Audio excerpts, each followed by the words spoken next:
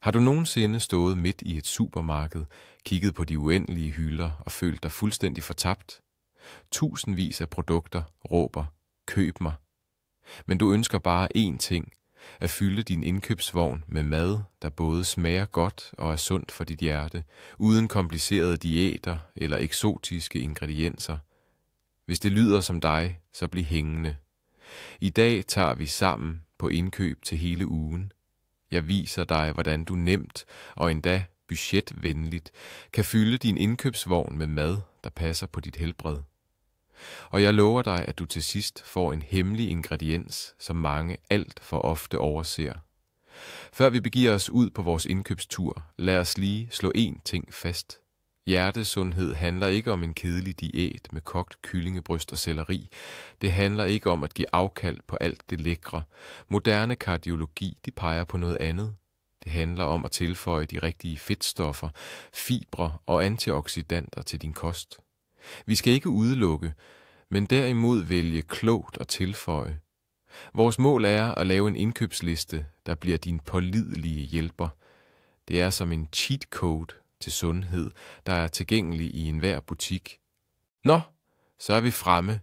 Supermarkedets døre åbner sig indbydende, og vi træder ind i en verden af mad. Men stop lige. Inden vi snupper en indkøbsvogn og kaster os ud i det, er jeg nødt til at dele det vigtigste, ja, nærmest den gyldne regel for sund shopping. Aldrig, hører I, aldrig gå ud for at købe ind på tom mave. Lad os være ærlige. Når maven knurrer, går vores hjerne i jagtmode efter hurtig energi, og pludselig rækker hånden selv ud efter hylden med chokoladebarer, mens næsen fanger den fristende duft af friskbagt brød fra bageren. I det øjeblik ryger alle vores gode intentioner om et sundt hjerte og nærende mad i baggrunden. Sult er den dårligste rådgiver, når du skal vælge varer. Den får os til at foretage impulskøb, og pladsen i indkøbsvognen bliver fyldt med ting, der giver et øjebliks nydelse, men bestemt ikke langvarig gavn. Derfor er mit råd til dig, som vil spare både penge og sundhed, spise et æble, en håndfuld nødder eller drikke et glas vand, inden du tager afsted. Nu hvor vi er mætte, og vores sind er klart, er vi klar. Fremad mod sunde indkøb. Okay, vores indkøbsvogn er tom, og vi er klar. Hvor skal vi så hen som det første? Forbi de farverige pakker med chips og sodavand. Forbi de fristende kageudstillinger. Nej, vores kurs er direkte mod butikkens hjerte, frugt- og grøntafdelingen. Tro mig, det er her, vi kommer til at bruge det meste af vores tid. Og det er ikke tilfældigt. Denne afdeling er nemlig vores vigtigste allierede i kampen for et sundt hjerte. Den danner fundamentet for hele vores ugentlige kostplan. Kig dig bare omkring. Sikke et farveflor. Grøn, rød, orange, lilla. Du har sikkert hørt udtrykket spis regnbuen. Og det er altså ikke bare en smuk metafor for børn. Hver farve i frugt og grønt er nemlig et signal om bestemte gavnlige stoffer, antioxidanter og vitaminer. De er som små superhelte, der beskytter vores blodårer, mindsker betændelsestilstande og opretholder et normalt blodtryk. Så vores opgave her er at samle en så farverig kurv som muligt. Lad os betragte det som en spændende skattejagt for vores sundhed. Hvor skal vi begynde vores jagt på regnbuen? Mit blik falder straks på hylderne med bladgrønt. Her er den, selve grundstenen. Den mørke, næringsrige spinat. Den krydrede, let bitre rucola. Diverse salatblandinger. Mange går forbi og tænker, det bare er græs til pynt. Men hvor tager de fejl? Bladgrønt er den perfekte base for hurtige og sunde frokoster og aftensmåltider. Forestil dig, på bare et par minutter kan du lave en salatbund, tilføje det til en smoothie for ekstra fylde og næring, eller smide en håndfuld i en omelet. Men det allervigtigste gemmer sig i indholdet. Al denne grønne herlighed er en fantastisk kilde til magnesium. Og magnesium fungerer som et naturligt, beroligende middel for vores hjertekarsystem. Det hjælper med at afslappe blodkarrenes vægge, hvilket bidrager til et normalt blodtryk. Desuden deltager det i reguleringen af hjerterytmen og hjælper vores vigtigste motor med at slå jævnt og roligt.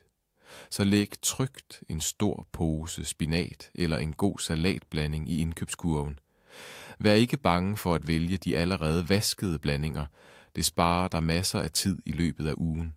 Det er vores første, men meget vigtige investering i sundhed, fra det grønne til de dybe røde og blå farver. Nu går turen til bærene. Jordbær, blåbær, hindbær, brombær. Disse små skatte fra naturen er en sand gave til vores hjerte. Og her vil jeg gerne aflive en populær myte. Mange tror, at kun friske, sæsonbestemte bær er gavnlige. Men det er slet ikke tilfældet. Gå trygt hen til frysedisken. De frosne bær, som er blevet lynfrosset umiddelbart efter høst, bevarer næsten alle deres vitaminer og næringsstoffer, og ofte er de endda sundere end friske bær, der har haft en lang transportvej til butikken. Hvad er så deres superkraft? Det er de kraftfulde antioxidanter, især anthocyaninerne, som giver dem den intense farve. Forestil dig dem som en lille hær af livvagter for dine blodkar. De bekæmper inflammation og beskytter cellerne mod skader.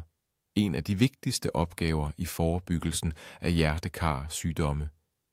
Så tøv ikke med at lægge en pose frosne blandede bær i indkøbskurven. Det er din fremtidige sunde dessert, et lækkert tilskud til havregrynene eller en farverig base til en smoothie. Lad os nu se på et produkt, der deler vandene. Nogle kalder den en superfood, mens andre frygter den på grund af dens fedtindhold. Ja, vi taler om avocadoen. Lad os slå fast med det samme. Fedt er ikke bare fedt. Der findes fedt, der ligesom rust tilstopper vores blodårer, nemlig transfedt fra fastfood og industrielt bagværk. Men så er der også de gode fedtstoffer. Avocadoen er en fremragende repræsentant for disse sunde fedtstoffer. Den indeholder monoumættede fedtsyrer. Det lyder måske kompliceret, men budskabet er enkelt.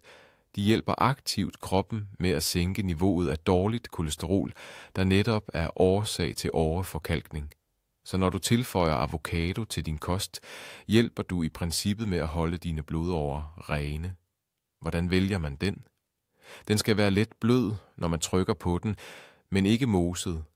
Er avocadoen hård, er det ingen katastrofe. Lad den blot ligge et par dage ved stuetemperatur, så modner den. Lad os tage et par stykker. De vil være en fantastisk base til morgentoasten i stedet for smør, eller en mættende og sund ingrediens i salaten. Så vi fortsætter vores tur gennem grøntsagsafdelingen. Vores næste helt er den røde og saftige tomat. Ved du, hvad der gør den så værdifuld for hjertet? Det er stoffet, der hedder lykopen. Lykopen er en yderst potent antioxidant, der giver tomaterne deres karakteristiske røde farve. Det er en sand beskytter af vores blodkar. Forskning viser, at lykopen hjælper med at forhindre oxidationen af det dårlige kolesterol, den proces, der ofte er starten på dannelsen af plak i arterierne. Og her er en spændende detalje. Lykopen bliver endnu mere tilgængeligt for vores krop efter varmebehandling. Så tøv ikke med at bruge ikke bare friske tomater i salater, men også tomater i egen saft uden tilsat sukker. De er perfekte til at lave saucer, supper eller gryderetter. Det er en glimrende måde at få en koncentreret dosis af disse sunde stoffer på.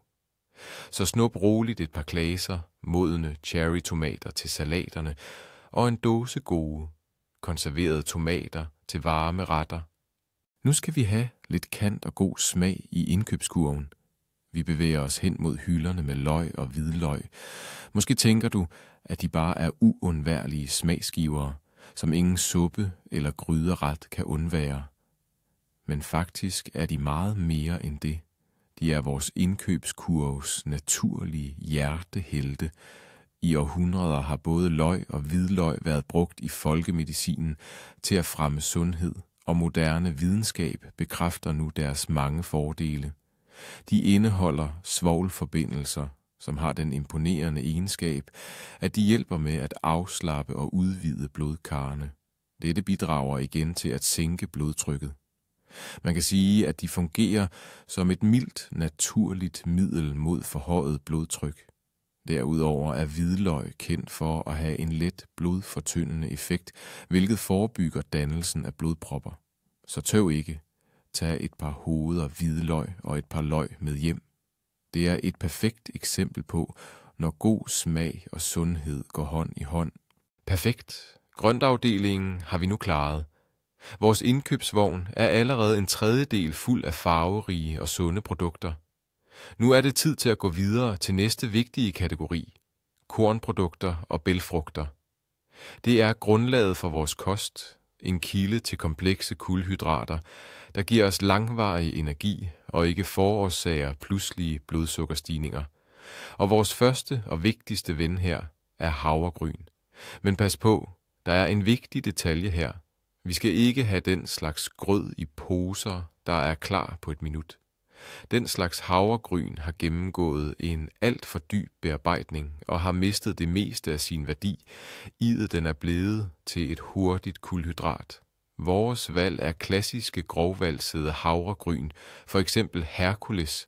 Det er i dem den værdifulde kostfiber, især beta-glucan, bevares. Dette er en opløselig fiber, som i vores tarme omdannes til en gel, og som en svamp absorberer overskydende dårligt kolesterol og fjerner det fra kroppen.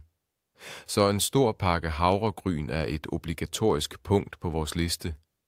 Morgenmad for en mester og en hjertebeskytter. Lad os fortsætte med at fylde indkøbsvognen med langsomt optagelige kulhydrater.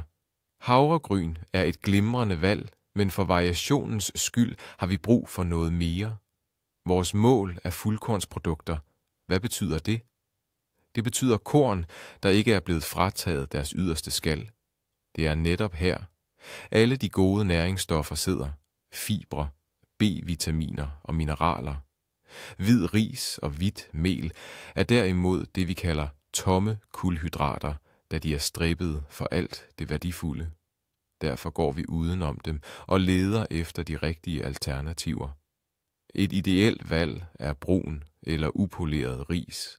Ja, den tager længere tid at koge end hvid ris, men dens nøddeagtige smag og sundhedsfordele er det hele værd. En anden fremragende mulighed er boghvede. Det er en sand korndronning, rig på jern og magnesium. Du kan også overveje quinoa, en såkaldt pseudocereal, der indeholder alle de essentielle aminosyrer, hvilket gør den til en fremragende kilde til plantebaseret protein. Alle disse kornsorter er et fantastisk tilbehør til både fisk og fjerkræ. De giver os masser af energi, understøtter et sundt fordøjelsessystem og har dermed også en positiv indirekte effekt på hjertekar-sundheden. Læg en pakke brune ris eller boghvede i indkøbsvognen. Samama ase Javando.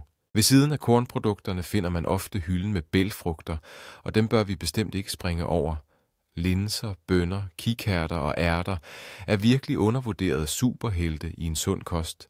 Men hvorfor er de egentlig så gode for hjertet?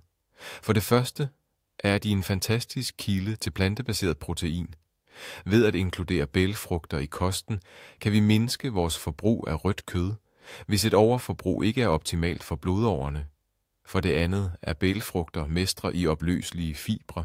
De virker på samme måde som i havregryn og hjælper med at fjerne det dårlige kolesterol. Og for det tredje er de rige på kalium og magnesium, to mineraler, der spiller en nøglerolle i reguleringen af blodtrykket. Er du i tvivl om, hvordan du bruger dem? Det er super nemt. Af røde linser kan du på bare 15 minutter koge en lækker cremé suppe. Kikærter på dåse er grundlaget for hjemmelavet hummus, og bønner kan du tilføje til enhver salat for at gøre den mere mættende. Så tag en pose tørrede linser og en dåse bønner eller kikærter. Det er dit strategiske lager af sundhed og protein. Fint. Nu hvor vi har dækket plantebaseret kost, er det tid til at kigge på en anden vigtig byggesten, protein af høj kvalitet. Og her mener vi især fisk. Vi har nemlig et helt konkret mål. Vi skal have fat i fed fisk fra kolde have. Det er nemlig i denne type fisk, vi finder det dyrebare stof, som du sikkert allerede har hørt om. Omega-3 fedtsyre. Vi taler om eicosapentaensyre og docosahexaensyre, bedre kendt som EPA og DHA. Disse er ægte superhelte for dit hjerte.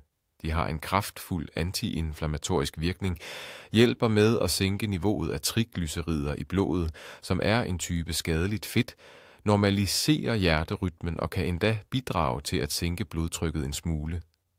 Hvilke fisk skal du så kigge efter? Vores anbefaling er laks, makrel, sild og sardiner. Prøv at inkludere denne slags fisk i din kost mindst 2 gange om ugen. Det er en af de bedste investeringer i dine blodåres sundhed, du overhovedet kan gøre. Så tøv ikke. Gå trygt hen til fiskeafdelingen. Okay, vi står ved fiskedisken. Og her er der mange, der kan lade sig afskrække af prisen. Ja, en frisk vildlaksbøf er sjældent billig. Men jeg har en fremragende nyhed til dig. Du behøver ikke at spendere en formue for at få din dosis omega-3. Gå i stedet direkte til frysedisken. Frossen fisk er mindst lige så god som frisk, når det kommer til sunde fedtstoffer. Moderne chokfrysning bevarer alle de værdifulde næringsstoffer perfekt. Kig efter makrel eller sild. Det er nogle af de mest prisvenlige fiskearter, der samtidig er utroligt rige på omega-3. Dem kan du bage i ovnen med urter og citron. Det giver en enkel, hurtig og fantastisk sund ret. Et andet smart tip. Hold øje med frossen lyserød laks. Den er også en lakseart, men koster betydeligt mindre. Det vigtigste er at tjekke ingredienslisten. Ideelt set skal der kun være fisk uden unødig isglase. Så snup en pakke frossen makrel. Det er vores budgetvenlige og effektive måde at passe på hjertet. Fint, så har vi styr på fisken. Men hvad så med kødet? Du behøver absolut ikke at droppe det helt. Nøglen er at vælge rigtigt. Vores mål er at styre udenom fedt rødt kød og forarbejdede kødprodukter som pølser, bacon og kødpålæg. De indeholder ofte store mængder mættet fedt og salt, hvilket belaster hjerte-kar-systemet unødvendigt. I stedet leder vi efter en mager proteinkilde af høj kvalitet, og her er fjerkræ vores bedste valg. Kyllinge eller kalkunbryst uden skind er næsten ren protein. Det har vores krop brug for til at opbygge celler, og ikke mindst til at holde hjertemusklen sund. Af filet kan du tilberede hundredvis af forskellige retter. Bage det i ovnen med krydderier, simre det med grøntsager, dampe det eller lave sunde kødboller. Det er et alsidigt og magert produkt, der nemt kan indgå i enhver sund kost. Så læg trygt en pakke kølet kyllingefile i indkøbskurven. Lad os fortsætte turen og kigge ind i mejeriafdelingen. Også her kan man nemt miste overblikket. Hylderne bugner af søde yoghurter, kvarkdesserter og andre søde mejeriprodukter. Men alt dette er snarere desserter med masser af tilsat sukker end egentlige sunde produkter. Vi er dog ude efter noget andet. Vi leder efter naturlig græsk yoghurt. Hvorfor lige den? For det første har den et højt proteinindhold, hvilket gør den meget mættende. Den er en fantastisk base til morgenmad eller en sund snack. For det andet er ægte græsk yoghurt en kilde til probiotika, gavnlige bakterier. Hvad har hjertet så med det at gøre, spørger mig du måske? Forbindelsen er helt direkte. Sundheden i vores tarm eller mikrobiotaen påvirker direkte kroppens generelle tilstand, herunder inflammationsniveauet og endda kolesteroltallet. Ved at opretholde en sund mikrobiota hjælper vi hele kroppen, inklusive vores hjertekarsystem. Det vigtigste er, læs indholdsfortegnelsen omhyggeligt. Vi skal bruge yoghurt uden sukker, stivelse og andre tilsætningsstoffer. Ideelt set kun mælk og mælkesyrekultur. Nu skal vi tale om, hvilke olier vi skal bruge til madlavning og dressing af vores salater. Dette valg er utrolig vigtigt. Man kan have den perfekte kur med sunde råvarer, men ødelægge det hele med den forkerte olie. Gå straks uden om hylderne med margarine, spreads og diverse køkkenfedtstoffer. De kan indeholde skadelige transfedtsyrer. Vores valg falder på en god, koldpresset ekstra jomfruolivenolie, altså den med mærkningen Extra Virgin. Det er Middelhavets flydende guld. Den er rig på monoumættede fedtsyrer, som, ligesom vi allerede ved fra avocadoen, hjælper med at sænke det dårlige kolesterol. Desuden indeholder den kraftige antioxidanter, for eksempel oleocantal, som har antiinflammatoriske egenskaber, der ligner dem i ibuprofen.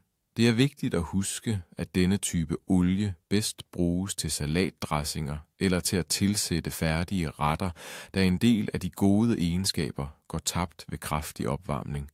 Til stegning er det bedre at bruge raffineret olivenolie eller kokosolie. Så en flaske af den gode ekstra jomfru olivenolie ryger direkte i vores indkøbskur.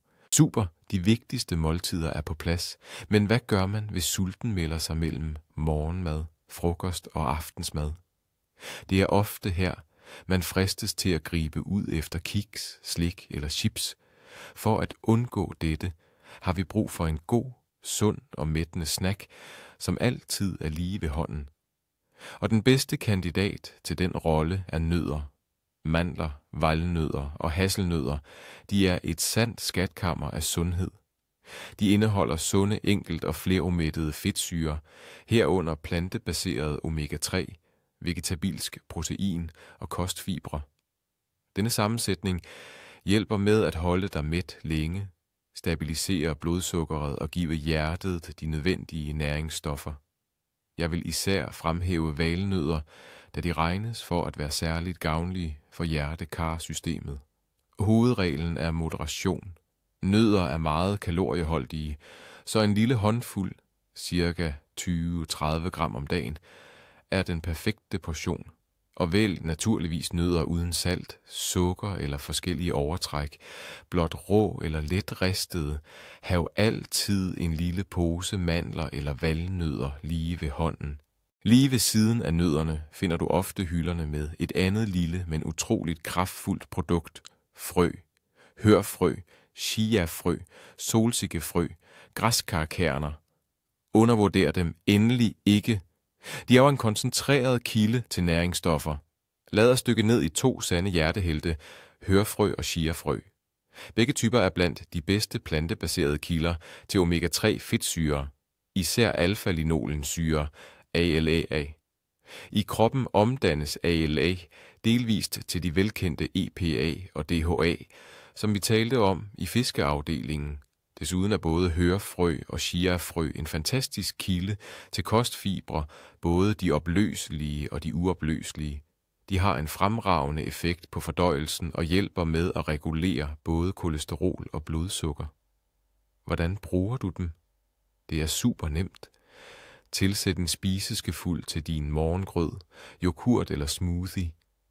Hørfrø er bedst at male i en kaffekværn først, da de så optages bedre i kroppen. Det er en nem og diskret måde at gøre din kost markant sundere på. Lad os lægge en lille pakke hørfrø eller chiafrø i kurven. Vi er næsten i mål med indkøbene. Vores indkøbsvogn er allerede en kardiologs drøm, men der er et vigtigt aspekt mere, som mange ofte glemmer: smagen. Mange tror, at sund mad er lig med kedelig og smagløs, men det er en kæmpe misforståelse. Hemmeligheden er den rette brug af krydderier, og det er netop den afdeling, vi nu skal besøge, krydderihylden. Men hvorfor er krydderier så vigtige for et sundt hjerte? Udover sukker og dårlige fedtstoffer er den største fjende for vores blodkar nemlig et for højt saltindtag. For meget salt binder væske i kroppen og fører til et forhøjet blodtryk. Bare ved at reducere saltindtaget tager vi et kæmpe skridt mod en bedre sundhed.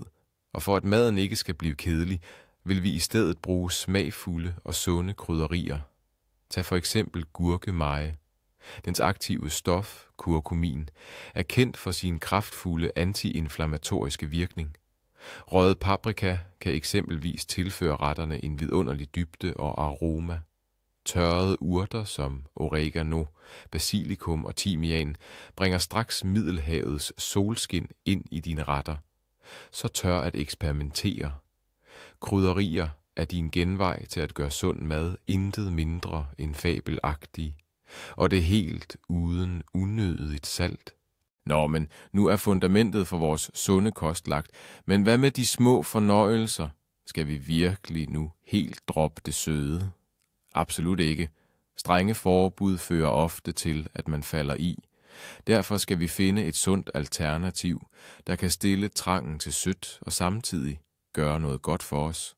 Og sådan et produkt findes. Vi går ind i slikafdelingen, men vi går forbi mælkechokolade og slik. Vores mål er mørk chokolade. Og her er en vigtig regel. Kig efter en plade med mindst 75% kakaoindhold. Jo højere kakaoindhold, desto mindre sukker er der i chokoladen, og desto sundere er den. Hvad er så fordelen? Kakaobønner er rige på særlige antioxidanter, flavonoider. Disse stoffer er yderst gavnlige for vores blodkar. De hjælper med at forbedre blodkarrenes elasticitet, bidrager til at sænke blodtrykket og forbedre blodgennemstrømningen. Selvfølgelig betyder det ikke, at man skal spise mørk chokolade i hele plader. Det er trods alt stadig et kalorieholdigt produkt. Men et par stykker om dagen som dessert er en fantastisk måde både at forkæle sig selv og gøre noget godt for sit hjerte på. Og nu er vi ved vejs ende her i butikken. Indkøbsvognen er snart fyldt op, og jeg er klar til at afsløre det hemmelige, budgetvenlige og utroligt sunde produkt, som jeg lovede jer helt fra starten. Vi skal en tur forbi konservesafdelingen. Ja, du hørte rigtigt. Blandt rækkerne af kød- og grøntsagsdåser gemmer der sig en sand skat for vores hjerte. Og det er helt almindelige konserverede sardiner. Mange overser dem desværre og betragter dem måske som nødmad til dårlige tider. Men det er en skam. Sardiner er så nemlig absolutte mestre i indhold af omega-3 fedtsyre, og de overgår ofte selv dyr laks. Derudover, da vi spiser disse små fisk hele, med de små bløde ben, får vi en enorm dosis calcium og D-vitamin, som er vigtige ikke kun for stærke knogler, men også for et sundt hjerte-kar-system. Det vigtigste er at vælge de rigtige dåser. Kig efter sardiner i egen saft eller olivenolie, og undgå dem i tomatsauce med tilsat sukker. De er perfekte til en hurtig og sund frokost. Mos blot et par fisk med en gaffel, læg dem på et stykke fuldkornsbrød, og din supersunde frokost er klar. Sådan en dåse skal helt klart med hjem. Lad os nu kigge på vores virtuelle indkøbskurv. Den er fyldt med farverige, friske og naturlige råvarer.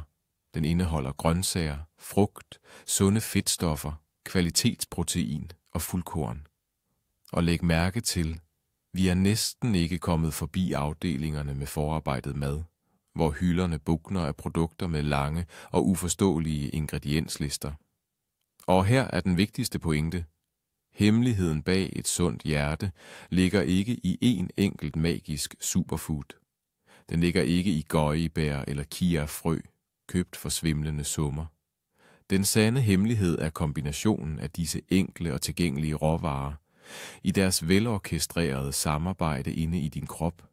En tur i supermarkedet er ikke bare en rutine, det er strategisk planlægning af dit helbred og velbefindende for hele ugen.